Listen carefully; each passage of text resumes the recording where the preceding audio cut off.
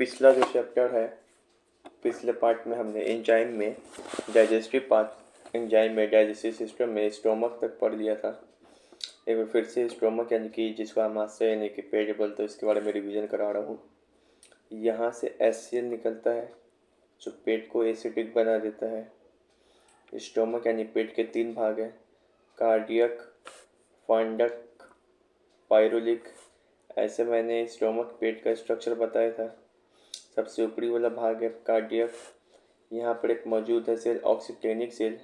यहीं से एचसीएल निकलता है जो पेट में जब खाना जाएगा तो उसको क्या बना देगा, एसिडिक। फिर इसका बीच वाला जो पार्ट है वो फंडिक पार्ट है। इसी फंडिक पार्ट में ऐसे कांटिन्यूमा संरचना होता है। तो जब खाना आता है तो यहीं पे सबसे ज़्यादा देर तक रुकता है पेट में, क्योंकि यहाँ पे कांटिन्यूमा संरचना खाने को क्या कर देगा, फंसा कर रुकता है। तो फंडिक पार्ट में ही सबसे अधिक समय तक रहता है खाना, क्योंकि यहाँ पर कांटे जैसा संरचना रोग पाया जाता है। सबसे नीचे वाला भाग है पायरोलिक। पायरोलिक पार्ट में पेट का जो पायरोलिक पार्ट है वहाँ पे जठर रस, जिसको बोलते हैं गैस्ट्रिक जूस, पाया जाता है, जहाँ से 2 एंजाइम निकलता है। एक का नाम है पेप्सिन और एक दूसरे का नाम है रेनिन। पेप्सिन जो प्रोटीन को पचाता है, पेप्सिन क्या करेगा, प्रोटीन को पेप्टोन में बदल देगा। और जबकि रेनिन है, दूध में जो केसिन उपस्थित होता है उसको पचाता है। तो आपसे सवाल क्या क्या पूछेगा, सवाल ये पूछेगा कि पेट का तीनों पार्ट का नाम बताइए। तो क्या बोलिएगा, कार्डियक, फंडिक, पाइलोरिक।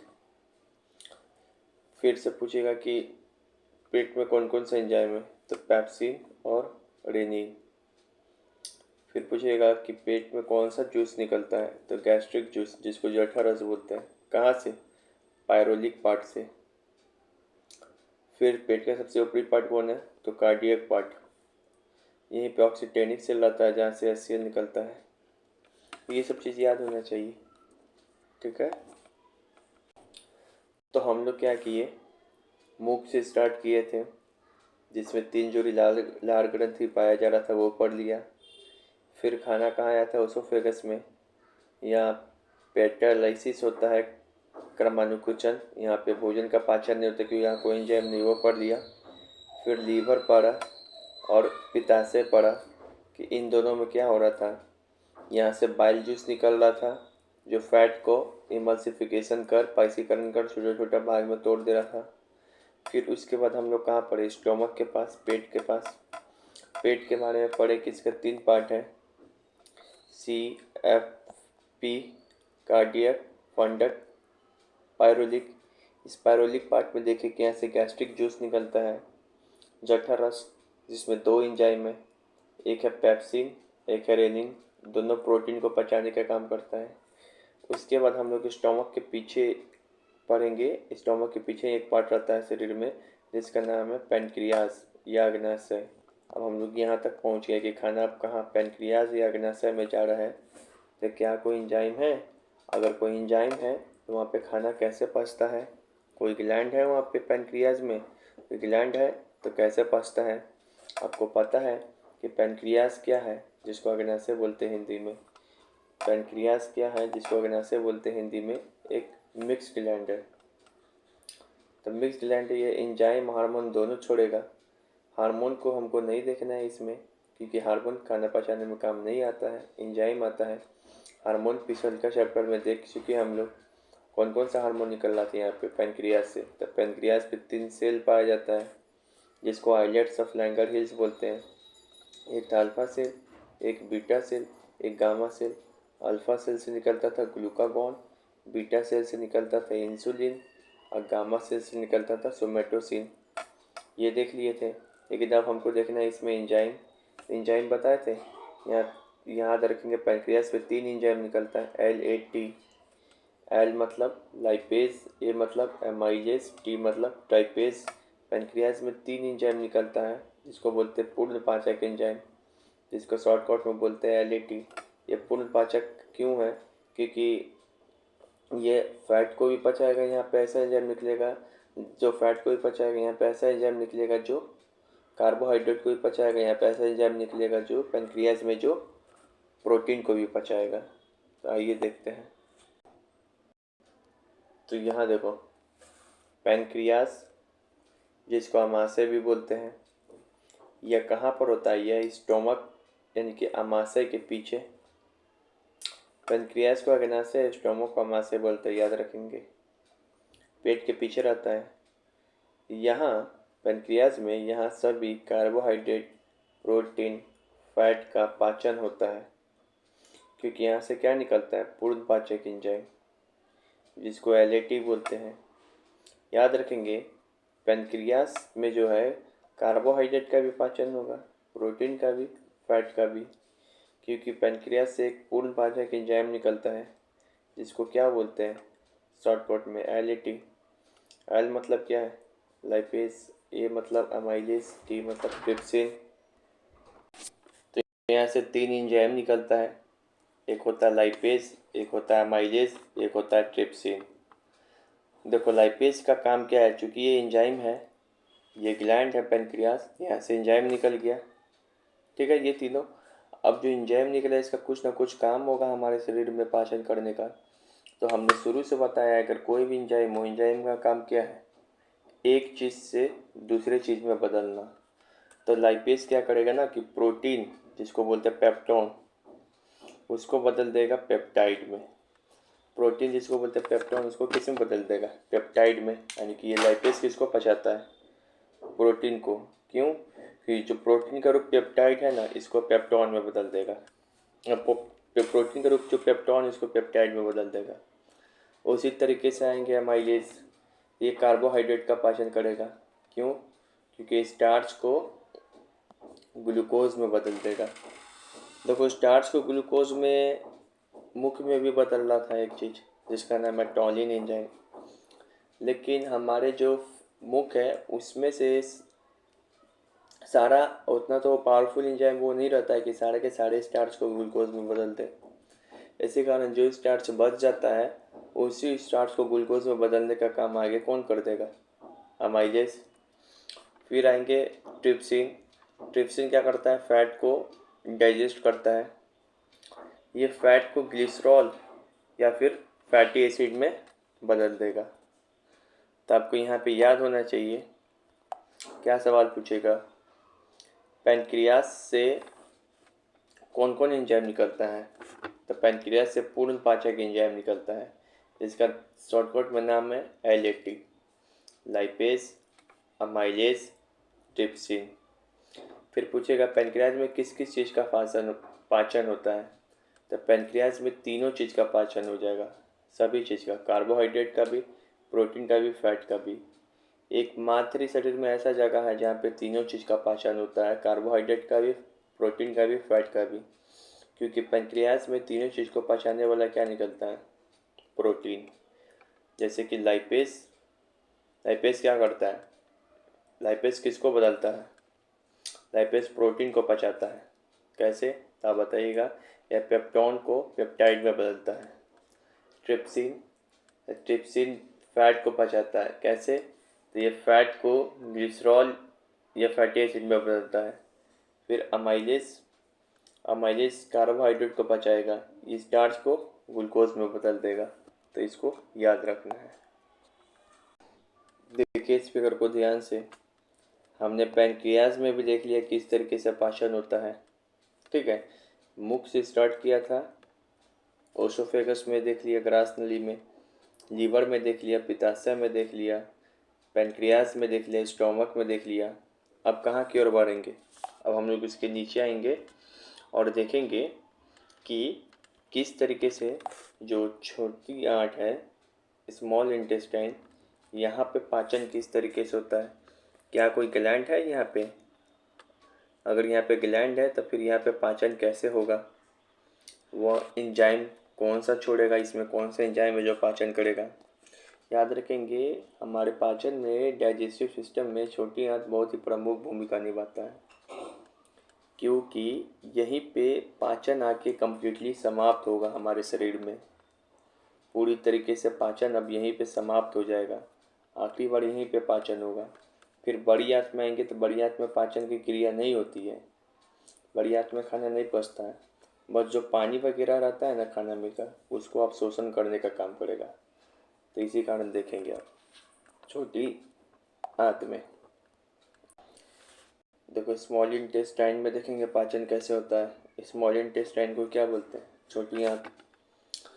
तो छोटी आंत में ही भोजन का पूर्ण पाचन होगा। कंप्लीटली डाइजेशन कहाँ पर होगा? अब इसके समाप्त हो जाएगा पाचन, अब इसके बाद पाचन कहीं शरीर में नहीं होगा। छोटी आंत में आखिरी बार कंप्लीट तरीके से, पूरी तरीके से पाचन हो जाता है। छोटी आंत में एक विली नाम का संरचना पाया जाएगा। जैसे स्टोमक में रॉग RAUGHE नाम का एक संरचना पाया जा रहा था, जो खाना को बहुत देर तक रोक के रख रहा था। उसी तरीके से छोटी आंत में विली नाम का संरचना पाया जाता है। ये विली नाम का संरचना क्या करेगा कि जो भी पचा हुआ भोजन पदार्थ है उसको अवशोषित करने का काम करेगा। छोटी आंत में जो भी विली नाम का संरचना है कैसा पाया जाएगा, वो जो भी खाना पच गया है उसको क्या करेगा? सोख लेगा। इसका काम है विली का। छोटी आंत का भी 3 भाग है, जैसे अभी मैंने दिखाया है पेट का। छोटी आंत का 3 भाग क्या क्या है? एक है ड्यूडेनम, फिर एक है जिलियम, फिर एक है इलियम। इस ड्यूडेनम है जो पेट से जुड़ा रहेगा। अब पेट का निचला भाग कौन है? CFP यानी कि पाइलोरिक से जुड़ा रहेगा। ड्यूडेनम के बारे में क्या क्या बात याद रखना है? तो यह आमाशय का निचली भाग पाइरोलिक से जुड़ा होता है। यह यानी कि यह पेट के निचली भाग पाइरोलिक से जुड़ा होता है, अभी बता दिए हैं। इसमें लीवर और पैनक्रियाज खुलता है। ये इंपॉर्टेंट बात है, याद रखेंगे। ये ड्यूडेनम में क्या करता है? लीवर भी आके खुल जाएगा, अपना मुंह खोलेगा, और पैनक्रियाज मतलब अग्नाशय भी आके अपना मुंह खोल देगा। यहाँ पे याद रहेगा कि ड्यूडेनम में ना एक सिक्रेटिन, एक कोलेसिस्टोकिन, ये 2 हार्मोन निकलता है, बहुत ही प्रमुख है। कहाँ पे? छोटी आंत के ड्यूडेनम में एक सिक्रेटिन और एक कोलेसिस्टोकिन नामक हार्मोन निकलता है। इस सिक्रेटिन नामक हार्मोन जो है, इसका काम क्या है? ये पैनक्रियाज से कहता है कि तुम पुण्य पाचक एंजाइम LAT निकालो, और ये कोलेसिस्टोकिन हार्मोन जो है ये कहता है पित्ताशय से, इनके गॉल ब्लैडर से तुम पित्त निकालो। नहीं समझ में आया? देखो हार्मोन का काम क्या है? उत्तेजना पैदा करना, किसी चीज़ को उत्तेजना पैदा करना। वायु उत्प्रेरक के रूप में काम करता है हार्मोन, ठीक है। तो हार्मोन का काम यही है, ठीक है ना, कि उत्तेजना पैदा करना। एंजाइम का काम भी वही होता है कुछ हद तक, वो किसी चीज़ को किसी चीज़ में बदलता है एंजाइम। हार्मोन क्या करता है? उत्तेजना पैदा करता है। एंजाइम भी उत्तेजना पैदा करता है, मोटिवेट करता है। तो जो सिक्रेटिन नामक हार्मोन है वह कहता है कि पैनक्रियाज से कि तुम पूर्ण पाचक एंजाइम निकालो। पैनक्रियाज मतलब अग्नाशय से कहता है कि तुम पूर्ण पाचक एंजाइम निकालो, जो लाइपेज, अमाइलेज, ट्रिप्सेज निकालो। और कोलेसिस्टोकिन जो हार्मोन है वह कहता है पित्ताशय से कि तुम पित्त निकालो। तो इन दोनों को मोटिवेट करता है, याद रखेंगे। ड्यूडेनम में पाचन नहीं होता है। छोटी आंत का 3 भाग है ना, ड्यूडेनम, DJI याद कराए थे, ड्यूडेनम, जिलियम, इलियम।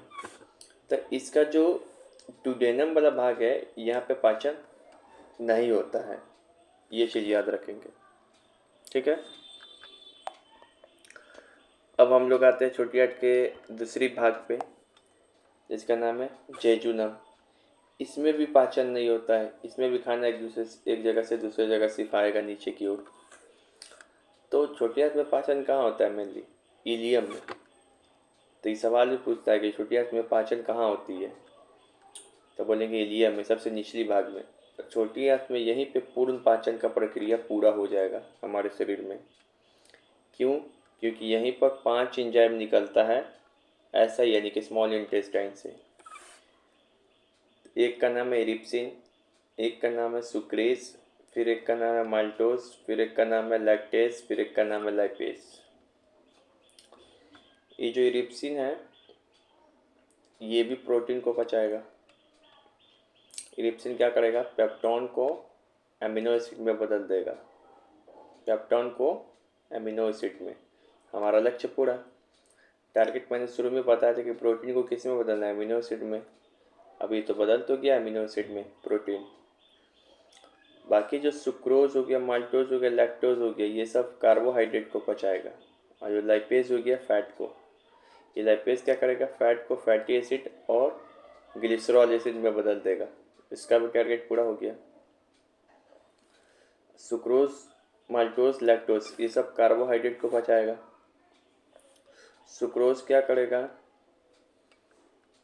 ये भी एंजाइम है, तो इसको दिखाते हैं अच्छे तरीके से। ये वाला एंजाइम को किस तरीके से दिखाते, रुको। देखो, छोटी आंत या फिर स्मॉल इंटेस्टाइन से बहुत तरीके का एंजाइम निकलता है। एक है रिप्सिन, फिर एक है सुक्रेज, फिर एक है माल्टेज, फिर एक है लैक्टेज, फिर एक है लाइपेज। ठीक है। ये रिप्सिन क्या करेगा, पेप्टोन, रिप्सिन क्या करेगा, पेप्टोन को एमिनो एसिड में बदल देगा, प्रोटीन को पचाता है। सुक्रेज, माल्टोज, लैक्टोज ये तीनों कार्बोहाइड्रेट को पचाएगा। लाइपेज फैट को पचाता है। लाइपेज क्या करेगा, फैट को फैटी एसिड और ग्लिसरॉल में बदल देगा। रुको, खोलते। तो यही याद रखना है कि रिप्सिन किसको पचाएगा, पेप्टोन को एमिनो एसिड में। सुक्रोज क्या करेगा, सुक्रेज ये सुक्रोज को ग्लूकोज और फ्रुक्टोज में बदल देता है। अब माल्टेज ये माल्टोज को ग्लूकोज ग्लूकोज में बदल देगा। और ये लैक्टेज क्या करेगा, लैक्टोज को ग्लूकोज और गैलेक्टोज में बदल देगा। ये ऊपर वाला तो याद हो ही जाएगा, नीचे वाला भी। कन्फ्यूजन इस चीज़ों में रहता है बच्चों को। तो सुक्रोज को क्या है, सुक्रोज को अपने मन में बना लीजिएगा सुरेश, सुरेश की जीएफ। तो सुक्रोज क्या करेगा, सुक्रेज सुक्रोज को जीएफ में बदल देगा, यानी कि ग्लूकोज और फ्रक्टोज में बदल देगा। फिर माल्टेज क्या करेगा, माल्टोज को जीजी में बदल देगा, जीजी मतलब ग्लूकोज प्लस ग्लूकोज में बदल देगा। माल के सामने क्या करते लोग, जी जी। और लैक्टेज क्या करेगा, लैक्टेज को ग्लूकोज प्लस गैलेक्टोज में बदल देगा। तो याद हो ही जाएगा। तो ये जो पांचों एंजाइम है, ये स्मॉल इंटेस्टाइन यानी कि छोटी आंत से निकलने वाला एंजाइम है। ठीक है। अब आपसे हम सवाल पूछते हैं, जो भी छोटी आंत के बारे में पढ़ा है इससे सवाल पूछते हैं हम। बताइए कि हमारे शरीर में पूर्ण पाचन कहाँ पे होता है। कंप्लीटली पाचन हो जाएगा, इसके बाद पाचन नहीं होगा, तो क्या आंसर आएगा, छोटी आंत। छोटी आंत में भोजन का पूर्ण पाचन होता है। फिर पूछेगा विलीन नाम का संरचना किस में पाया जाएगा, तो बोलिएगा ये स्मॉल इंटेस्टाइन में ही पाया जाता है, छोटी आंत में। ये काम क्या करता है, ये तो भोजन पदार्थ है उसको अवशोषित करने का काम करता है छोटी आंत में। फिर पूछता है कि सिक्रेटिन हार्मोन, कोलिस्टोकोनिन हार्मोन ये कहाँ पर निकलता है। तो ये छोटी आंत का जो सबसे ऊपरी भाग है ड्यूडेनम, यहीं से निकलता है। फिर पूछता है कि छोटी आंत में कहाँ पे पूर्ण पाचन होता है। छोटी आंत के किन भाग में, तीन भाग बताए ना, डी जे आई, ड्यूडेनम, जिलियम, इलियम। तो आप बोलिएगा इलियम भाग में। छोटी आंत के सबसे निचली भाग इलियम, यहीं पे पूर्ण पाचन होता है, क्योंकि यहाँ से 5 प्रकार का एंजाइम निकलता है। फिर पूछेगा आदमी कि जो 5 प्रकार एंजाइम निकलता है छोटी आंत से वो कौन कौन है, उसको बताइए। तो क्या बताओगे, तो ये निकलता है 5 प्रकार का ये एंजाइम। बताएं अभी थोड़ा देर पहले कौन कौन। तो इरिप्सिन, सुक्रेज, माल्टोज, लैक्टेज, लाइपेज। फिर पूछेगा कि बताइए सुक्रेज किसको बदलता है। तो सुक्रेज सुक्रोज को जीएफ में बदल देगा, मतलब ग्लूकोज प्लस फ्रक्टोज में, सुरेश जीएफ। माल्टोज माल्टेज किसको बदलेगा, तो माल्टेज माल्टोज को बदलता है जीजी में। माल को क्या देखे क्या करते हैं, जीजी, तो ग्लूकोज प्लस ग्लूकोज। लैक्टेज ये लैक्टोज को ग्लूकोज प्लस गैलेक्टोज में बदलता है। फिर इरिप्सिन क्या करेगा, तो इरिप्सिन पेप्टोन को एमिनो एसिड में बदलेगा, प्रोटीन को पचाता है इरिप्सिन। लाइपेज ये फैट को पचाता है, तो ये फैट को फैटी एसिड प्लस ग्लिसरॉल में बदल देगा। तो ये कहानी स्मॉल इंटेस्टाइन छोटी आंत के बारे में याद होनी चाहिए। देखो यही है विली नाम का संरचना जो छोटी आंत में पाया जाता है। यहीं पे यही काम क्या करता है विली संरचना, ये छोटी आंत से जो पचा हुआ भोजन है उसको अवशोषित करने का काम करता है। ठीक है, देखो यही है स्मॉल इंटेस्टाइन या छोटी आंत का 3 भाग। डीजाई सबसे ऊपरी भाग ड्यूडेनम जो पेट से जुड़ा हुआ है, पेट के पायरोलिक भाग से, सबसे निचली भाग का नाम है पायरोलिक, उससे। फिर एक है जेजम, फिर एक है इलियम। ड्यूडेनम के बारे में क्या बताए थे, यहाँ पे कोई पाचन नहीं होता है, जिलियम में भी कोई पाचन नहीं होता है, पूर्ण पाचन इलियम में ही होता है, क्योंकि इलियम से ही 5 एंजाइम निकलता है। कौन कौन सा, इरिप्सिन, इरिप्सिन हो गया, फिर ट्रिप्सिन हो गया, फिर हो गया इरिप्सिन हो गया, लैक्टेज हो गया, सुक्रोज हो गया, माल्टोज हो गया, ये सब निकलता है। फिर इलियम डुडेनम से ही क्या निकलता है, 2 हार्मोन भी निकलता है, एक है सिक्रेटिन हार्मोन, एक है कोलिस्टोकाइनिन हार्मोन।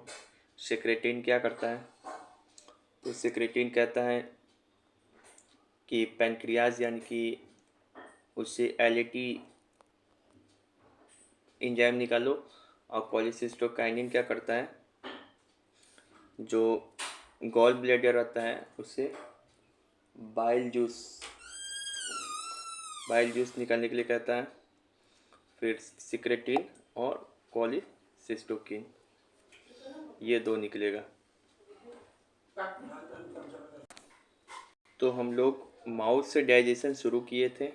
यहाँ पे सलाइवरी ग्लैंड देखे 3, parotid gland, sublingual gland, submandibular gland. इसी में एक एंजाइम था जिसका नाम था टॉलिन।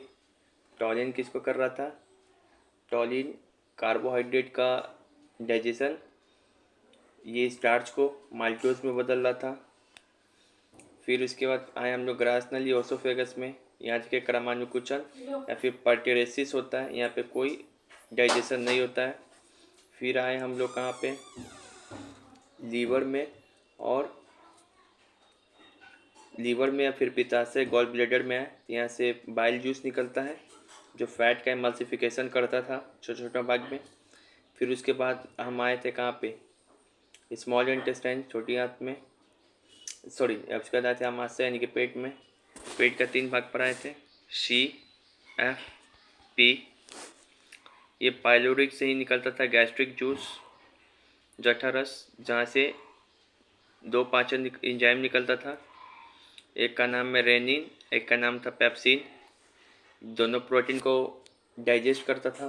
फिर आए थे हम लोग छोटी आंत में, इसमें इसको हम 3 भाग में देखे थे, छोटी आंत का 3 भाग है, डीजीआई, डेडुनम, जेलियम, इलियम। डेडुनम में पाचन है, जोलियम में पाचन है, पूर्ण पाचन यहीं पे होता है इलियम में, क्योंकि यहाँ से 5 पाचक एंजाइम निकलता है। कौन कौन सा बताइए। उसके बाद फिर हम लोग लास्ट में पहुँच जाएंगे बड़ी आंत में। अब यहाँ देखेंगे पाचन तो यहाँ पर हो चुका है छोटी आंत में कंप्लीट, स्मॉल इंटेस्टाइन में डाइजेशन पूरा कंप्लीट हो चुका है। अब हम लोग लार्ज इंटेस्टाइन में देखेंगे, जो कुछ बचा हुआ काम है वह बड़ी आंत में होगा।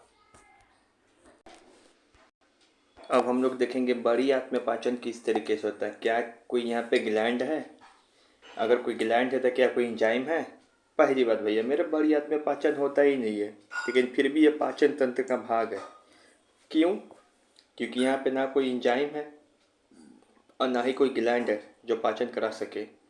तो फिर इसको क्यों पाचन तंत्र का भाग बोल रहे हैं, तो इसको इस कारण बोल रहे हैं कि जो भी पानी बच जाता है ना भोजन में से, उसका अवशोषण सिर्फ इसमें होगा। भोजन का अवशोषण तो हो ही जाता है छोटी आंत में, लेकिन बड़ी आंत में सिर्फ जो पानी बच जाता है भोजन में से उसका अवशोषण हो जाएगा। तो लार्ज इंटेस्टाइन जिसको बड़ी आंत भी बोलते हैं, इसके बारे में बस 4 पॉइंट याद रखना है।